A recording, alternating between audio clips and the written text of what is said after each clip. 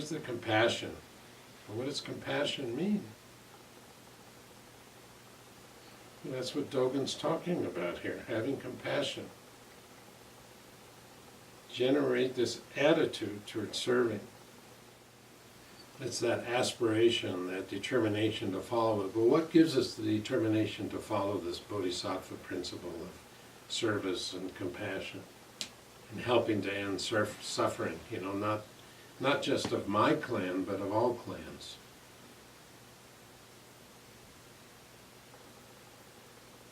And we call it faith. But what kind of faith is it?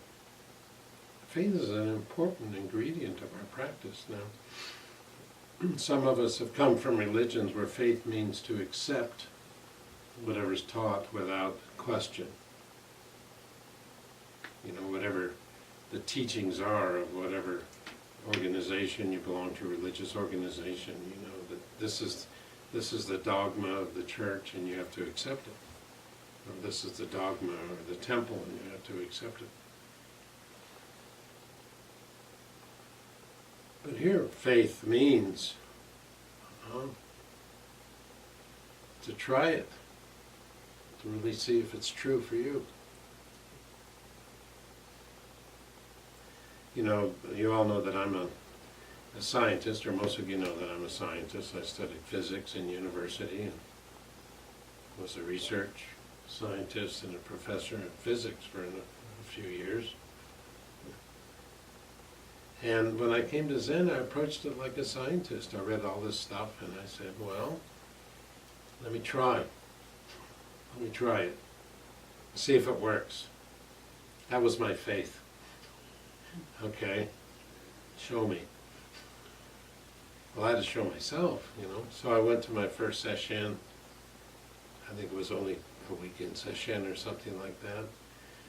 My body was rebelling, my mind was rebelling, my spirit was rebelling.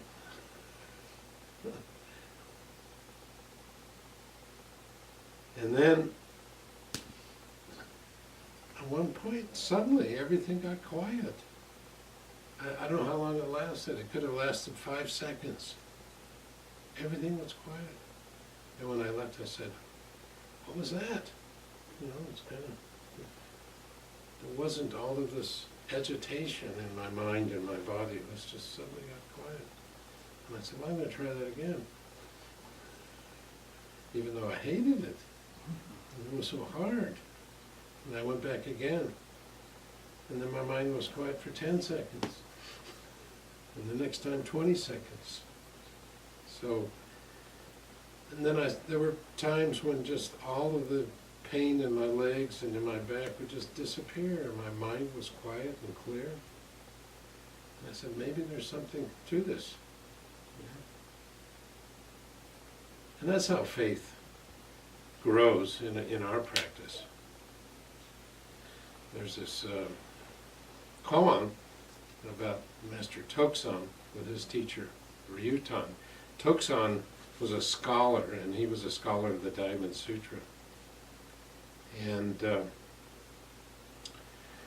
he came from the north, I think, of China to the south because he heard that they were talking about sudden enlightenment, and his understanding of the Diamond Sutra said there's no such thing, so he was going to go tell him.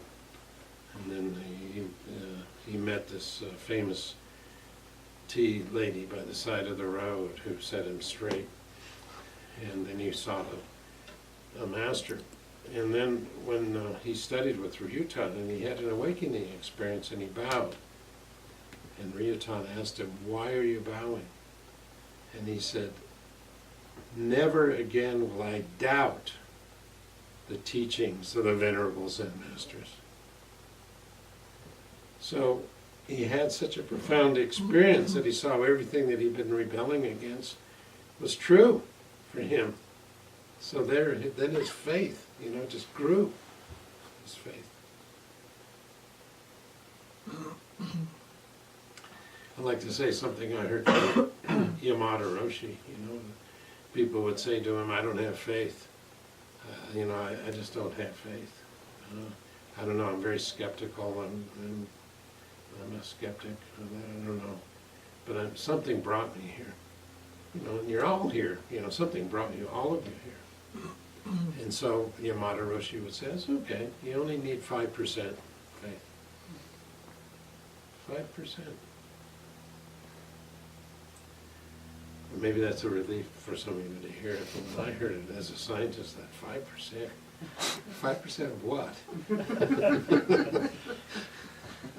What does that mean, 5%, 1%? In other words, all you need to have is just they say in Japanese, a skosh, the skosh of faith. And that'll be enough to carry you forward. So, and that's the attitude. You know? That's the aspiration to follow this attitude.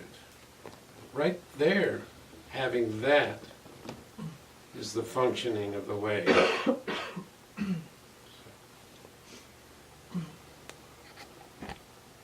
So then when we serve,